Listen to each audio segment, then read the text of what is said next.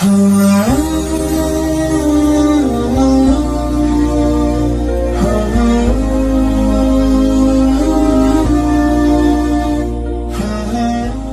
ketawa ibu, ini urusan laki-laki. Woi, jangan lihat. Anak muda, jangan kasih lihat ibu. Woi. Kalau kau kencing tidak dapat air, bagaimana caranya? Kalau dalam hutan, kau ambil daun 3 lembar. Jangan kasih lihat ibu-ibu. Ambil daun 3 lembar. Daun pertama gosok ke bawah. Jangan kasih lihat ibu-ibu, jangan lihat ibu-ibu. Daun kedua ambil lagi, gosok ke atas. Ambil daun ketiga, gosok ke bawah. Begitu caranya gosok. Jangan kau gosok begini, tambah kotor. Dan ingat, sebelum kau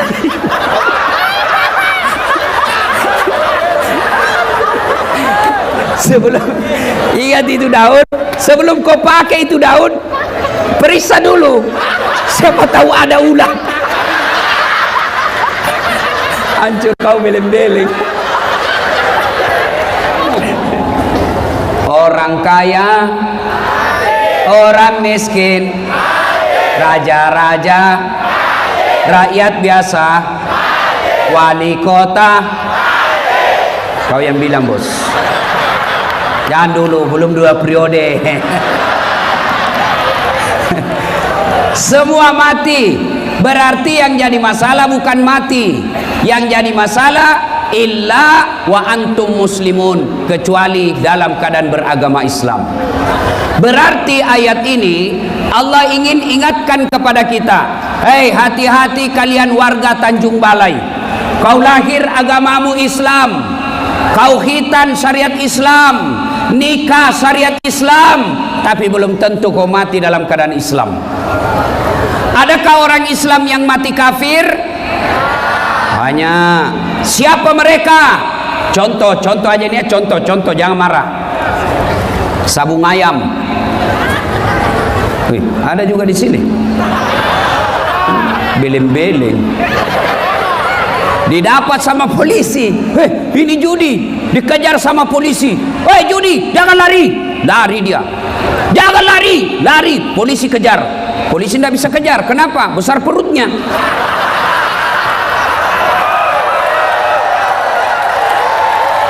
Ada juga saya lihat polisi besar perutnya. Tidak nyambung. Pasti ini polisi malas. Atau mana push up-nya? Kalau kepala dinas PU besar perutnya ya wajar, banyak proyeknya. Ini gaspol atau rem-rem? Gaspol. Oke, jangan memang kau marah, jangan main marah. Dia bilang polisi, jangan lari. Wah, makin kencang larinya. Terpaksa polisi tembak peringatan ke langit. Masih lari, tembak 2 kali. Masih lari, tembak 3 kali. Masih lari, terpaksa polisi lumpuhkan. Tembak kakinya. Kena kakinya, tembak kakinya, kepalanya dikena. Saya tanya temanku yang polisi, bos, bagaimana caranya? Kakinya ku tembak, nah kepalanya dikena. Dia bilang, soalnya waktu ditembak dia jongkok begini. Ini polisi film India, bukan polisi Indonesia. Polisi Indonesia orang baik. Hei anak muda, hei, kalau hilang motormu siapa kau cari? Pak Imam, enggak kau ada apa po motormu? Ayo, saya pergi ceramah, buru-buru mau pergi ceramah, jadwal kepepet, macet. Tidak bisa jalan mobilku, maju tidak bisa, mundur tidak bisa, gas tidak bisa. Saya baca surah Yasin 2 kali, sudah hatam, tidak goyang-goyang mobilku.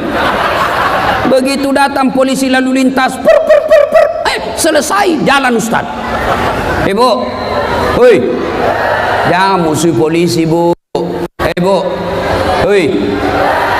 rumah dirampok, anak gadis diperkosa, suami dibunuh, harta yang 8 tahun dikumpul diambil semua di lemari, dia jarah, dia ambil semua perampok. Ibu tahu ciri-cirinya, ibu tahu orangnya, pergi lapor di polsek. Tolong Pak polisi, kejar pelakunya, selamatkan hartaku.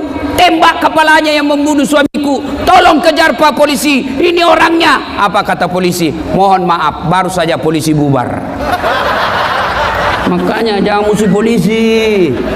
Pun kalau ada polisi yang minta-minta uang di jalan, biar SMP diminta juga uangnya.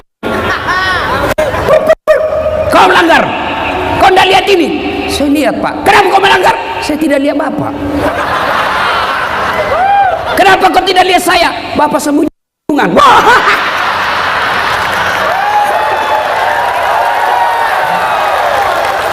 Itu polisi film India, bukan polisi Indonesia. Polisi Indonesia, saya kasih tahu kok. Kenapa ini acara bisa jadi? Kenapa? Karena polisi kasih kita izin. Kalau tidak ada izin dari polisi, tidak jalan tablik akbar, bos. Makanya doakan polisi supaya menjadi polisi yang dicintai rakyat Indonesia. Siapa lagi yang bisa mati dalam keadaan kafir? Siapa? Mereka yang menerima serangan fajar kalau pilkada.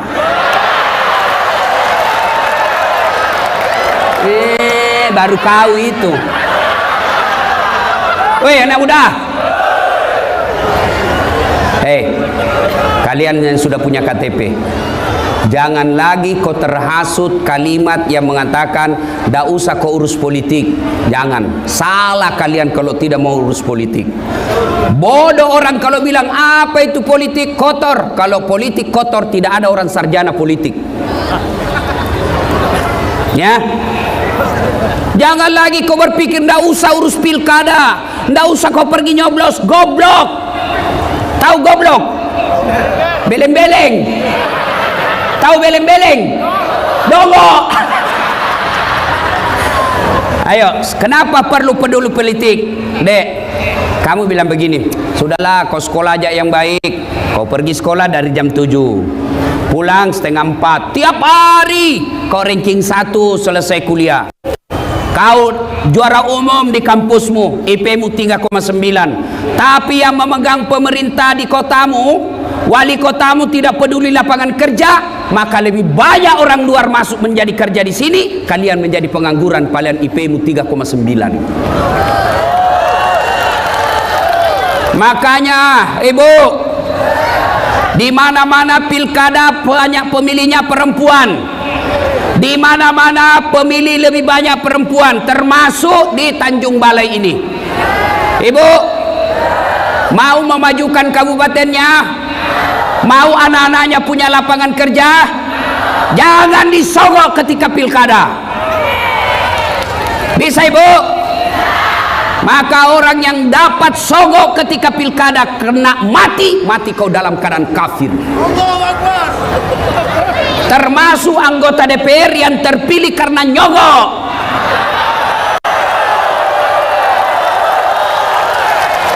Ada begitu di Tanjung Balai. Banyak. Kau salah, kenapa kau pilih nyogok? Mestinya jangan kau pilih. Hei, Bu, hei. Nabi selesai perang Badar. Perang Badar, ada sahabat meninggal. Sahabat yang lain yang hidup berkata, Allahu Akbar, dia masuk surga. Allahu Akbar, dia mati syahid. Allahu Akbar, bidadari di surga menunggunya. Nabi berkata, dia masuk neraka. Kenapa bisa masuk neraka ya Rasul? Dia membela agama Allah, dia mati syahid, berjuang bersama Rasul. Kok bisa masuk neraka ya Rasul? Nabi katakan, kau periksa kantongnya. Periksa kantongnya. Ternyata ada barang Baitul Mal yang ada di kantongnya yang diambil secara tidak halal. Coba, siapa yang bisa begini? Termasuk kepala-kepala dinas, kalau pindah rumah dinas hilang semua gorden.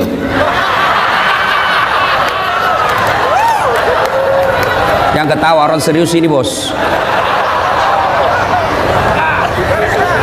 Gaspol toh? Wakalaidan, Allah kemudian berfirman, Bismillahirrahmanirrahim. Ya ayyuhalladzina amanu dukhulu fis silmi kaffatan wa la tattabi'u khutuwatis syaitan innahu lakum adu mubin.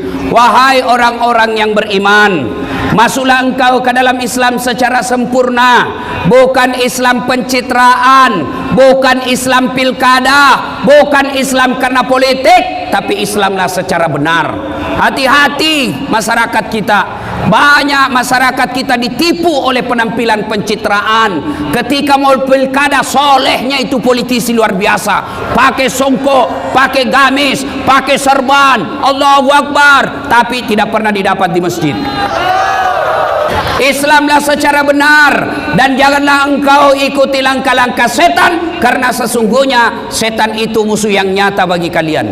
Ketika ibu melihat video saya mengajak tabligh akbar malam ini, ketika adik-adik sekalian melihat video saya di WhatsApp, di Instagram, mengajak datang pada deklarasi ini, setan menggoda, jangan kau datang, jangan kau datang, lebih kau tidur, lebih kau tidur, tinggal saja di rumahmu. Maka bapak ibu yang tidak datang kalah dengan setan. Tapi bapak ibu yang datang ini alhamdulillah berhasil mengalahkan setan yang di rumah. Alhamdulillah. Tapi apakah ibu bapak setelah duduk di sini, adik-adik setelah duduk di sini setan putus asa? Tidak, dia goda lagi kamu. Jangan dengar ceramah, jangan dengar ceramah. Pegang HP-mu, pegang HP-mu, pegang HP-mu. Maka orang-orang yang pegang HP itu, itulah orang yang kena godaan setan.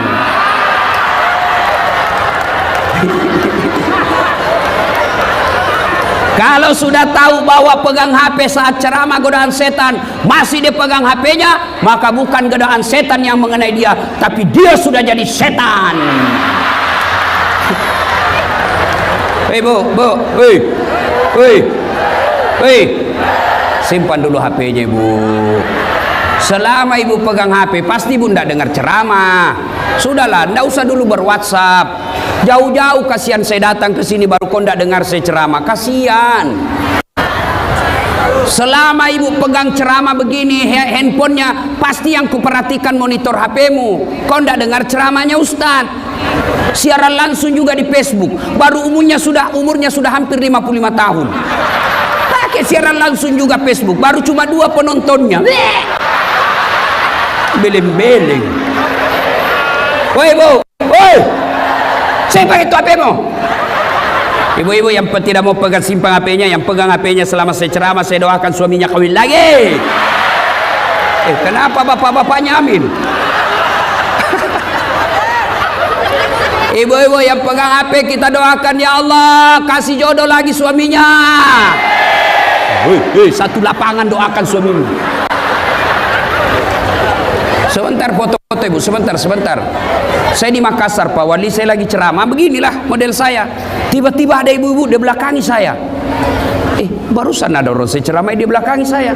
Ternyata diambil HP-nya, selfie. Rata-rata fans saya kan ibu-ibu. Ibu-ibu yang sudah muka sakaratil maut. Capek sudah ceramah lah, sudah bilang Ustaz boleh selfie, sini terpaksa kita layani deh, karena kalau tidak update status Ustaz Dasat sombong banget, terpaksa kita layani selfie. Sudah ulang Ustaz, kabur Ustaz, ulang lagi Ustaz, jelek Ustaz. Dalam hatiku, biar kau ulang 10 kali, namun kamu yang kabur.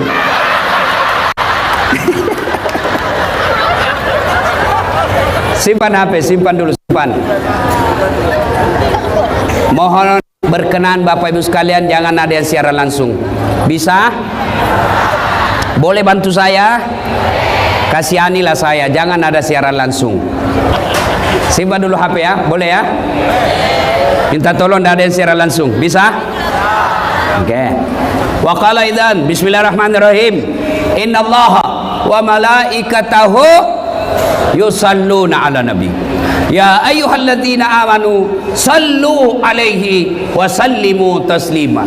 Sesungguhnya Allah dan para malaikatnya bersalawat kepada Rasulullah Muhammad sallallahu alaihi wasallam, maka wahai orang-orang yang beriman, bersalawatlah kalian kepada Rasulullah dengan sebaik-baik salawat. Yang merasa jenis kelamin laki-laki diam. Kita dengar dulu ibu-ibu. Ayo bu, jangan mau kalah sama laki-laki. Ikut sama saya bu. Salatullah ala toha kencang ibu, keras di belakang. Yang di belakang. Ala Yasin. Alhamdulillah, sudah. Terima kasih Bu. Pak, ini bukan kencang. Ini yang disebut syahdu. Suara begini yang kasih nafsu kita laki-laki. Makanya Ibu, kalau kau ditelepon kepala dinas, jangan mendayu-dayu suaramu pegawai honor. Assalamualaikum Dek. Waalaikumsalam. Bagaimana Pak? Kadis tidak nafsu. Lagi di mana Dek? Di rumah aja dong Pak.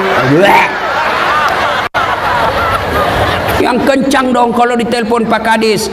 Assalamualaikum Dek. Waalaikumsalam. Lagi di mana Dek? Di rumah. Lagi ngapain? Apa kau tanya? Oh, enggak diteleponnya lagi kau besok itu. Ini telepon. Waalaikumsalam. Caleda. Ada juga Bugis di sini. Pak Wali, di mana-mana saya ketemu orang Bugis. Saya pergi ceramah itu di Pulau Kijang, wih bahasa Bugis orang di sana. Saya pergi diundang ceramah di Kinabalu Keke. Dia bilang orang sana, Ustadz, bahasa Bugis kau, capek sudah kita di ceramah orang Melayu. Saya pergi di Singapura, ada Bugis Street, jalan Bugis. Coba Pak, luar biasa. Saya di pelosoknya Kalimantan, namanya Bidu-Bidu, banyak orang Bugis. Begitu saya masuk penjara, banyak juga orang Bugis.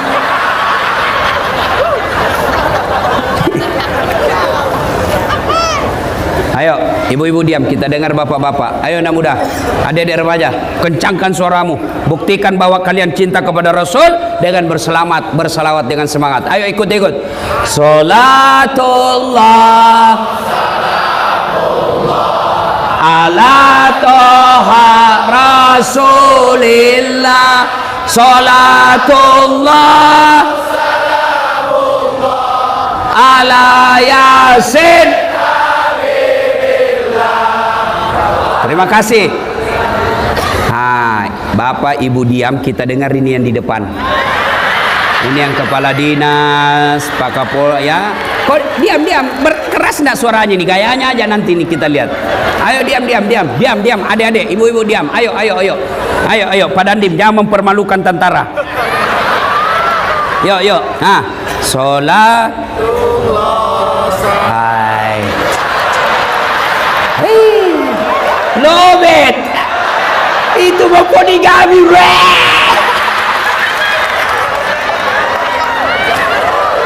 Ayo kita semua bareng-bareng semua, ibu, adik, remaja, laki semua, ayo bareng-bareng semua. Salatullah salamullah ala toha Rasulillah. Salatullah ala Yasin. Alhamdulillah, terima kasih Bapak Ibu saudara-saudara sekalian teristimewa yang kita hormati, yang mengundang kita di tempat ini, Bapak Wali Kota Tanjung Balai beserta istri dan para muspida Porkopinda yang insya Allah dimuliakan dan dirahmati oleh Allah Subhanahu wa Ta'ala. Mohon maaf saya tidak bisa sebut nama satu demi satu, di samping karena keterbatasan waktu, juga yang sejujurnya karena saya belum tahu namanya Bapak. Halo Ibu. Nah, poin ceramah satu. Ibu-ibu, ada ndak yang senang dibohongi? Ibu-ibu, senang sama suami pembohong? Senang sama wali kota pendusta? Tidak ada orang suka pendusta. Adik-adik nih, ada yang senang dibohongi? Ada yang senang pembohong? Tuh, tidak ada orang senang pembohong. Bahkan pembohong sekalipun tidak senang sama pembohong. Dia bilang, jangan ke rumahnya tukang bohong, padahal dia juga tukang bohong.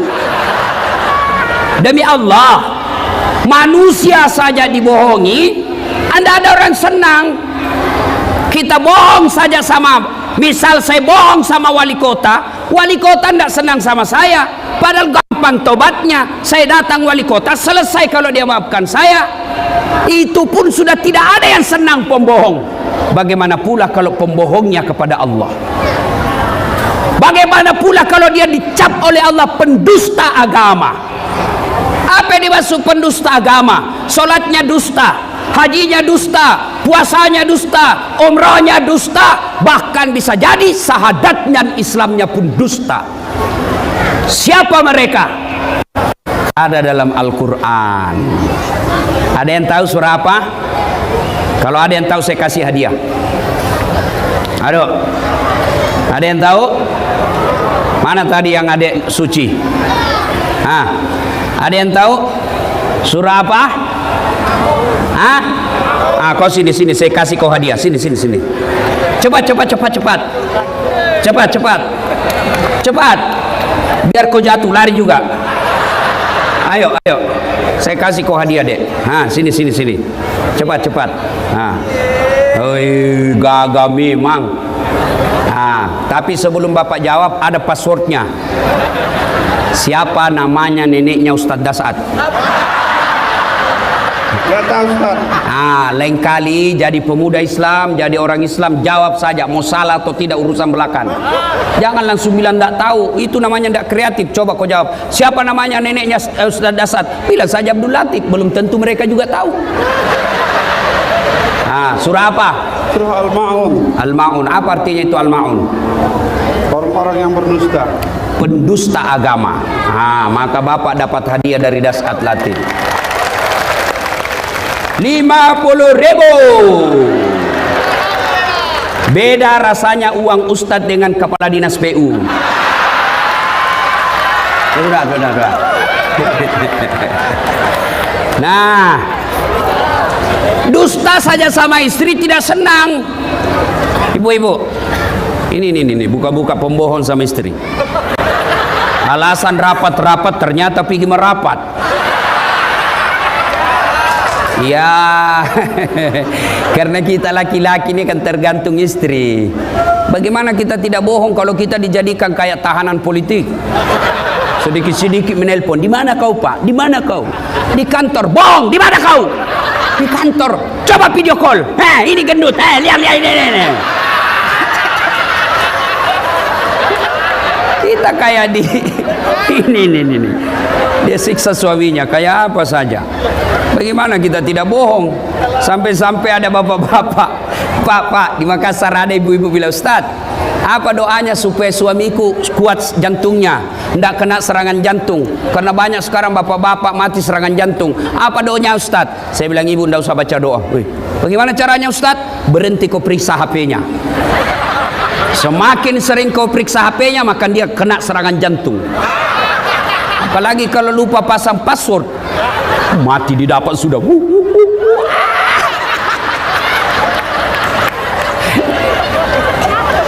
Bu, tidak ada orang suka pembohong kan?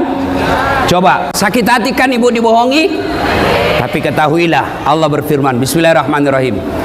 Ara'aital ladzi yukatsibu biddin. Tahu enggak kamu pendusta agama, kata Allah. Siapa mereka? Satu, mereka yang menghardik anak yatim. Coba, Bapak Kepala Dinas, Kesra, Kebersihan, Kapolres, Dandim, Sekda, Wali Kota, Bapak sholat tengah malam tiap hari, tahajud tiap hari, tadarus 7 satu hari, bangun masjid, tapi di samping rumah Bapak ada anak yatim piatu, kita biarkan terlantar, bahkan dia tidak sekolah gara-gara tidak punya duit, maka Bapak kategori termasuk pendusta agama. Hajimu dusta, puasamu dusta, salatmu dusta. Kenapa? Kau biarkan anak yatim piatu terlantar di samping rumahmu. Termasuk pengurus panti asuhan yang dia kaya, dia pakai mobil, dia ber-AC kamarnya, anak yatimnya dia sengsarakan. Itu pendusta agama itu. Kalau Bapak dusta sama saya, gampang taubatnya. Tapi kalau Bapak dusta kepada pendusta agama ini, menelantarkan anak yatim, maka Bapak termasuk kategori pendusta agama. Maka masjid yang banyak saldonya, Karena ada itu masjid hobi, saldo kas 120 juta, karpetnya jelek, toiletnya banyak bau, sound systemnya storing. Baru kita takbir Allah.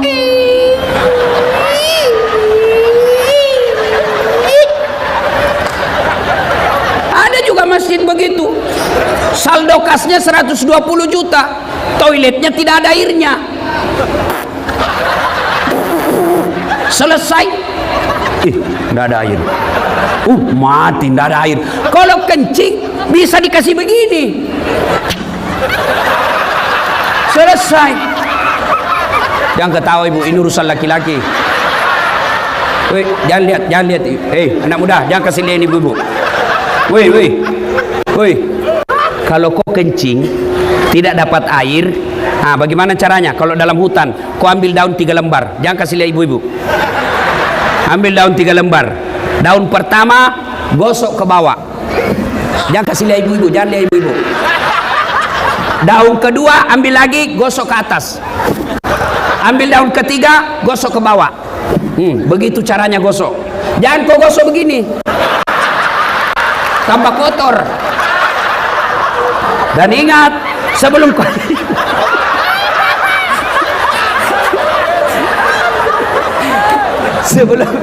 ingat itu daun, sebelum kau pakai itu daun, periksa dulu, siapa tahu ada ulat. Hancur kau beleng-beleng.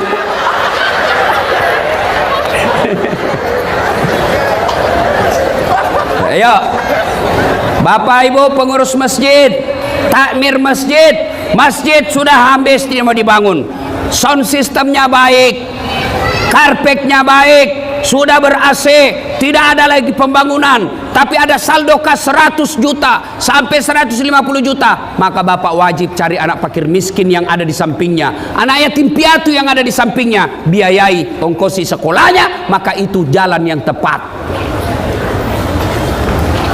Maka tepat sekali wali kota mendeklarasikan pemerintah peduli anak yatim. Saya tanya Pak Wali, bagaimana idenya ini? Dia bilang, kan gampang. Kalau kita orang Islam, kalau Allah sudah sayang sama kita, kecil memakmurkan rakyat. Ya memang betul. Al-Quran menjelaskan, walau anna ahlal qura amanu wattaqau lafatahna alaihim barakatim minas samai wal ard. Apabila penduduk suatu negeri, penduduk Tanjung Balai beriman dan bertakwa kepada Allah, dia santuni anak yatim, dia sekolahkan anak yatim, dia hormati anak yatim, dia muliakan anak yatim, maka Allah turunkan keberkahan dari langit dan keberkahan dari dalam tanah. Itu janji Allah, bukan janji caleg. Kalau janji caleg deh, Anda boleh kita dijanji surga, surga pun dijanjinya. Pilih saya, sama-sama kita orang Melayu. Ini kartu nama saya. Kalau saya menang, telepon saya 24 jam. Ini nomor teleponku. Begitu terpilih, dia ganti nomor HP-nya. Beling-beling. Bapak, Ibu, saudara-saudara sekalian, maka Pak Wali Kota kumpulkan kepala dinas, kumpulkan kepala bagian, kumpulkan para pegawai, paksa dia masuk surga. Lebih baik kalian pegawai negeri dipaksa masuk surga daripada kalian sukarela masuk neraka. Kan beda itu kalau wali kota punya perintah dengan ustad. Coba kalau wali kota bilang, saudara-saudara kepala dinas, siapa yang menyumbang untuk anak yatim? Langsung semua, 2 juta Ustaz Pak Wali, saya 3 juta Pak Wali, saya 5 juta Pak Wali. Lalu Bapak kalau ada yang tidak ada yang ngomong, Bapak bilang sebenarnya banyak menjadi kepala dinas. Kalau Bapak tidak siap membantu anak yatim, ya saya mohon dengan hormat Bapak minggir dulu jadi kepala dinas. Oh, langsung nyumbang semua 10 juta Pak Wali.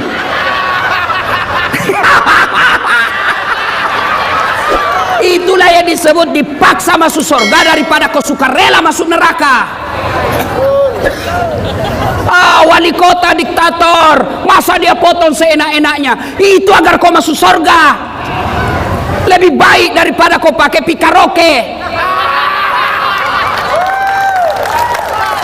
dan licik.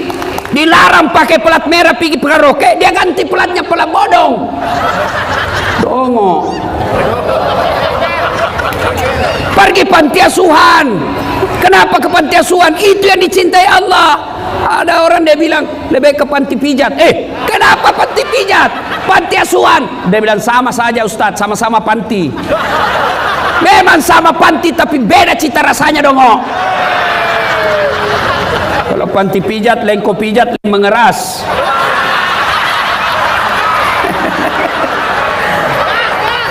Gaspol. Gaspol. Oh ibu, bagaimana suamimu tidak selalu ke panti pijat? Nah kau tidak pernah pijat suamimu. Pergi Jakarta naik pesawat bisnis kelas, sampai di rumah kelayanan kelas ekonomi. Bagaimana suami? Kan enak juga itu kalau suami capek pergi kerja seharian dicarikan duit, pulang suaminya dia sambut dengan senyum, sudah rapi dengan pakaiannya, lipstiknya sudah baik, bedaknya, baunya sudah harum, bajunya matching, lalu datang suaminya dia sambut, assalamualaikum kakandaku Arjunaku. Lalu suaminya berkata, waalaikumsalam adindaku Sri Kandiku. Langsung dia bilang istrinya, abang gagah betul hari ini. Langsung suaminya berkata, berarti saya jelek kemarin. Lalu tampillah istrinya. Suaminya tadi dia dengar kabar dimarah-marahi sama wali kota karena salah melaksanakan tugas.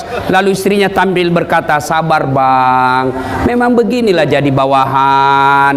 Kadang kala kita baik, kadang kala kita salah. Apa boleh buat? Masa abang yang mau marah wali kota? Ya wajarlah abang dimarahi sama wali kota. Lalu ibu sekati dia buka sepatunya sambil ibu dekap lagi lalu menyanyi, bila kamu di sisiku hati rasa syahdu. Langsung suaminya berkata, bulan depan ku belikan kau cincin. Masuk lagi kamar suami, kamarnya berantakan, mau marah, datang lagi istrinya, dia sambut suaminya sambil dia peluk dari belakang sambil menyanyi, insaflah wahai manusia bila dirimu bernoda. Wah tenang itu suami. Dan malah sebaliknya di kantor wali kota sudah dimarah-marahi sama wali kota. 2 bulan yang akan datang dia pensiun, kan makin stres. Lalu sakit-sakitlah suaminya, dia pangkulah suaminya sambil menyanyi, bila Israel datang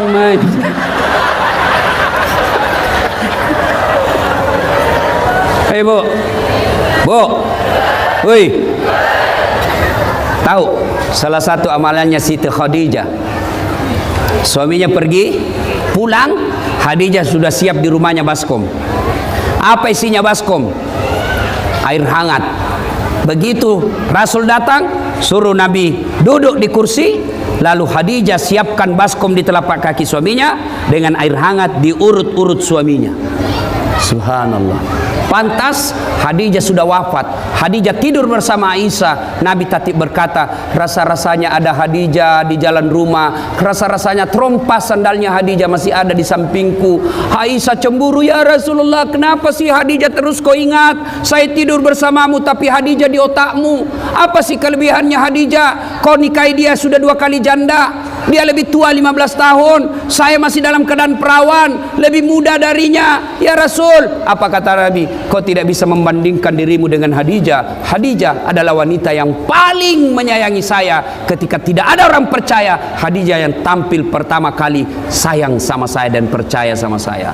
Lalu Khadijah selalu urut-urut telapak kakinya. Bahkan Khadijah ketika mau tidur suaminya, dia usap-usap rambutnya suaminya, Rasulullah Muhammad sallallahu alaihi wasallam. Mana ada suami mau selingkuh kalau dikasih begitu sama istri? Betul Pak Pol? Coba dengar Satpol PP bilang betul. Salatullah salam ala toha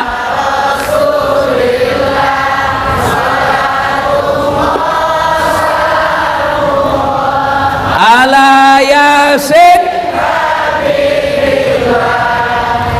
supaya suami tidak ke panti pijat, maka ibu sambil urut-urut telapaknya, urut-urut betisnya, nasihati suami, bang, abang ini kan punya rezeki berlebih, alhamdulillah gaji kita lebih dari cukup, proyek juga sudah jalan, kontraktor juga banyak setorannya bang. Ada kontraktor di sini? Biasanya yang dekat-dekat wali kota itu umumnya kontraktor. Ada kontraktor. Pak Wali sekarang adalah gula. Namanya gula, banyak semut merapat. Tapi ketahuilah semut-semut yang dekat dengan Bapak hanya menginginkan gula yang ada di Bapak.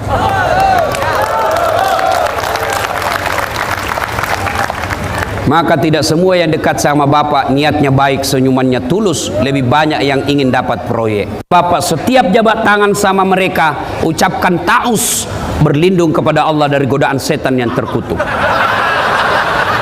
Bagaimana caranya? Begini, a'udzubillahi minasyaitonirrajim, saya berlindung kepada Allah dari godaan setan yang terkutuk. Gaspol? Gaspol? Maka Pak Wali-wali hati-hati, apalagi dekat pilkada, dekat hati-hati sama pemborong. Pemborong ini biasa jadi tim sukses. Dia yang sukses. Disuruh bikin baleho 10, 5 aja dia bikin. Hati-hati Pak. Saya berwasiat kepada Bapak, hati-hati dalam pilkada. Tidak semua yang membantu Bapak niatnya baik, malah lebih banyak mengharap proyek. Mati kau kontraktor. Langsung anggota dewan bilang, nyaman dong kami. Nggak ada di situ. Saya bilang, kau pernah juga dengar ceritanya anggota dewan di akhirat?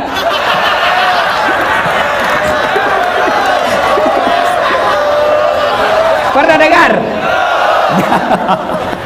Jadi ada penghafal Quran, anak yatim piatu, masuklah dia dalam surga. Dilihat, kenapa banyak anggota dewan di sini? Di negaraku banyak ditangkap gara-gara korupsi. Kok bisa berkeliaran di surga mereka ini?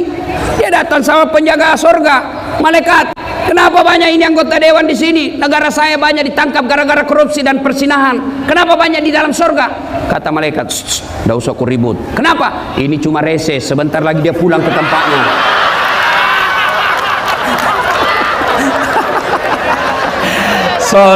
Salatullah salam ala toha,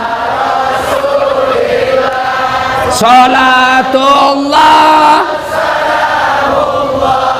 ala yasin. Serius lagi, Pemda sudah deklarasi untuk menyantunin, menyayangi anak yatim. Bagaimana operasionalnya? Kan tidak enak kalau wali kota saja sama wali kota masuk surga gara-gara yantuni anak yatim. Di dunia sudah jadi wali kota, di dunia sudah jadi istri wali kota, yang kadang-kala SK juga menentukan. Biar bapak disayang sama wali kota, kalau istrinya wali kota tidak sayang sama bapak, tidak jalan bos. Siap perintah. Nah, daripada bapak sudah di dunia wali kota, istri beliau istri wali kota di dunia, masuk lagi surga karena deklarasi anak yatim. Masa kita di dunia kita sudah miskin, rakyat jelata, tidak masuk lagi surga. Bagaimana caranya? Mulai besok di masjid, seluruh masjid membuka celengan, membuka apa itu? Kota amal khusus menyantuni anak yatim. Jadi masyarakat yang mau datang menyantuni, wujudnya menyantuni. Kita malam ini sudah deklarasikan, maka wujudkan dengan cara apa? Yuk isi kota itu santunan untuk anak yatim. Mau 1 rupiah, mau 100 rupiah, mau 10.000, itulah yang bapak bisa menyelamatkan diri bapak. Kalau cuma kepala dinas yang santuni, anggota DPR yang ACC, maka hanya mereka yang dapat paspor masuk ke surga. Kalau bapak tidak berpartisipasi, berarti hanya pemerintah nanti yang akan masuk surga, bapak tidak dapat bagian. Bagaimana caranya? Mulai besok setiap masjid yang ada di Tanjung Balai bikin kota amal santunan anak yatim, deklarasi pemerintah menyantuni anak yatim. Nah, 2, pendusta agama membiarkan fakir miskin dan enggan membantunya. 3, karena waktu yang terbatas, termasuk pendusta agama. Siapa? Fawailul lil musallin, maka celakalah orang-orang yang solat. Siapa orang solat yang celaka? Mereka yang lalai dalam solatnya. Kenapa lalai dalam solatnya, Ustaz? Satu, lalai dalam solatnya, wudunya tidak sempurna. Wuduk sambil menerima telepon. Ya, kau di mana? Dari tadi berapa harganya itu? Ya, ya terserah kau aja deh, tawar. Maka kalian wudu, kalau wudumu tidak sah, otomatis solatmu tidak sah. Maka sempurnakan wudu. Siapa lagi yang mereka bisa lalai dalam solatnya? Mereka yang tidak memperhatikan rukun-rukun solat. Yang paling banyak kita lalaikan rukun solat, apa itu? Tumaknina. Apa itu maknina? Istirahat sejenak. Orang Bugis bilang maki nyawa-nyawa, bernapas-napas sejenak. Kapan dipakai? Allahu Akbar, ruku. Subhana rabbil azim wa bihamdihi, 3 kali. Lalu usahakan bernapas dulu 1-2 kali tarekan, baru naik sami Allahu liman hamidah. Nah, biasanya kita banyak yang lalai dalam ini. Sami Allahu liman hamidah, angkat ini lurus ke bawah sambil bernapas. Rabbana lakal hamd. Napas 1-2 kali baru turun. Tapi apa yang kita praktek? Sami Allahu liman hamidah. Jangan ketawa bos, serius ini. Maka wajar bapak 30 tahun sholat, bapak yang sholat tapi bapak tukang tipu.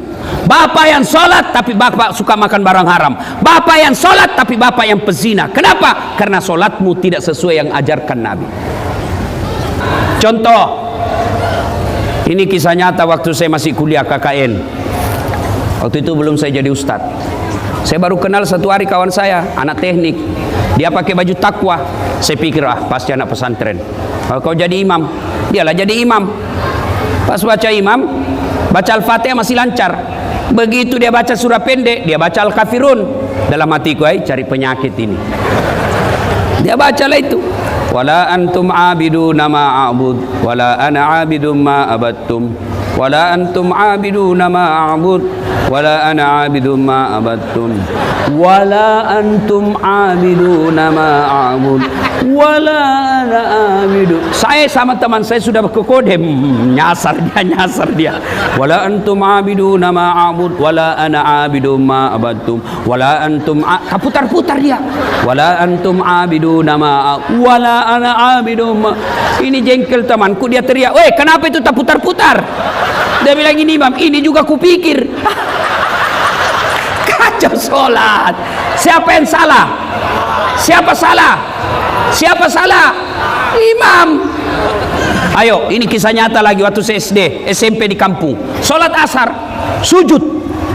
Lama sekali imam. Kenapa lama sekali imam sujud? Tidak biasanya lama begini. Orang tunggu, tidak naik-naik kepalanya. Ada kawan saya, dia angkat kepalanya. Langsung teriak, "Woi, hilang imam."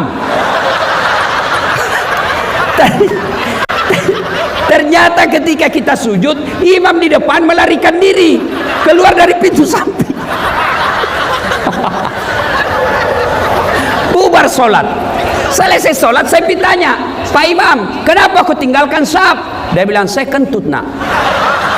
Pak Imam, lain kali kalau kau kentut, kasih naik dulu kepalanya kita supaya dilihat kau keluar. Dia bilang, "Saya sengaja karena saya malu, kau tahu." Siapa salah? Siapa salah? Imam. Ini ala lagi Pak, penghafal Quran. Dia jadi imam, dia baca yang paling panjang. Hanya dia yang hafal Pak.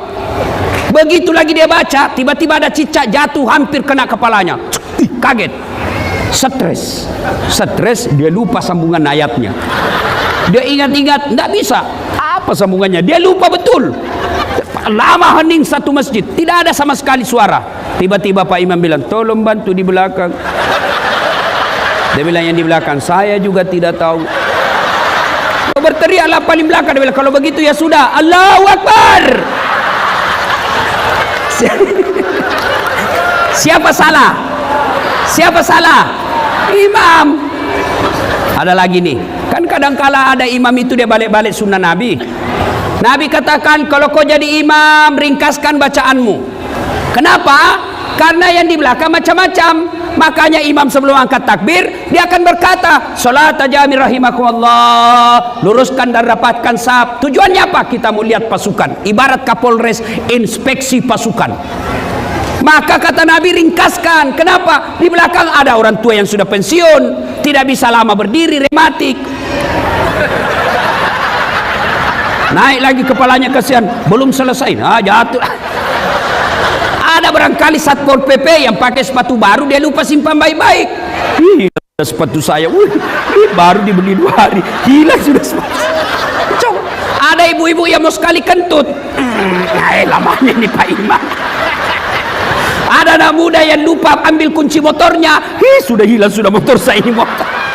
Makanya kata Nabi, kalau kau jadi imam, ringkaskan bacaan solatmu, itu sunnah. Ini ada imam balik-balik sunnah Nabi, dia jadi imam, la haula wala quwwata illa billah. Apa dia baca? Surah Al-Baqarah ayat 10 sampai 112. Dia husuk dengan bacaannya, kita husuk dengan hayalan. Kita mau ikut, tidak dihafal. Kita mau ruku, belum selesai, terpaksa kita baca semua pengumuman di dinding masjid. Keadaan keuangan Masjid Nurul Yamin, pengeluaran, saldo kas. Sudah habis satu papan dibaca, satu triplex dibaca, belum selesai imam, terpaksa pindah lagi ke kalender. Persatuan Guru Republik Indonesia cabang Tanjung Balai. Sudah selesai kalender, selesai pengumuman, belum selesai Pak Imam, bajunya lagi dibaca. Sahrial SHMH, calon wali kota 2 periode. Siapa yang salah? Siapa salah? Maka dalam Islam, siapa saja boleh jadi makmum. Mulai orang sadar sampai orang cerdas boleh jadi makmum. Tapi imam tidak boleh. Kenapa? Kalau salah imam, gagal jamaah kita. Salah imam, kacau jamaah kita. Maka hati-hati milih imam. Jangan milih imam karena duit. Jangan milih imam karena sekampung. 2020 yang akan datang, hari ini 2020 tahun ini, Kabupaten Kota Tanjung Balai akan milih imam. Hati-hati milih imam. Kalau masih mau dengar ceramah saya, silakan nonton Tablik Akbar Dami Indonesia TV One setiap hari Sabtu atau Ahad pukul 12.30 sampai selesai. Cuma agak lama menunggu, satu kali seminggu muncul. Maka saya sediakan yang tiap saat boleh dinonton. Gimana caranya Ustaz? Ambil handphone, buka aplikasi YouTube, tulis 1 menit. 1 menit saja dapat ilmu. Gimana caranya Ustaz? Follow saya di Instagram, Das At Latif 1212.